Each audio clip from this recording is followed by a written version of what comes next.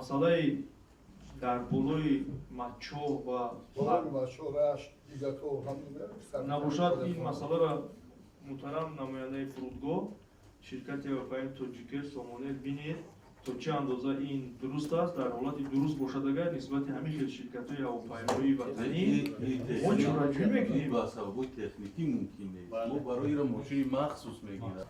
Яке аз намуди хизматрасонии фурудгоҳӣ ин бо мошинаи махсус ба назди ҳавопаймо омада он ифлосиҳое ки дар ҳавопаймо ҳаст онро тоза карда ба ин аз ҷониби ширкати ҳавопаймоӣ маблағи махсус пардохт карда мешавад.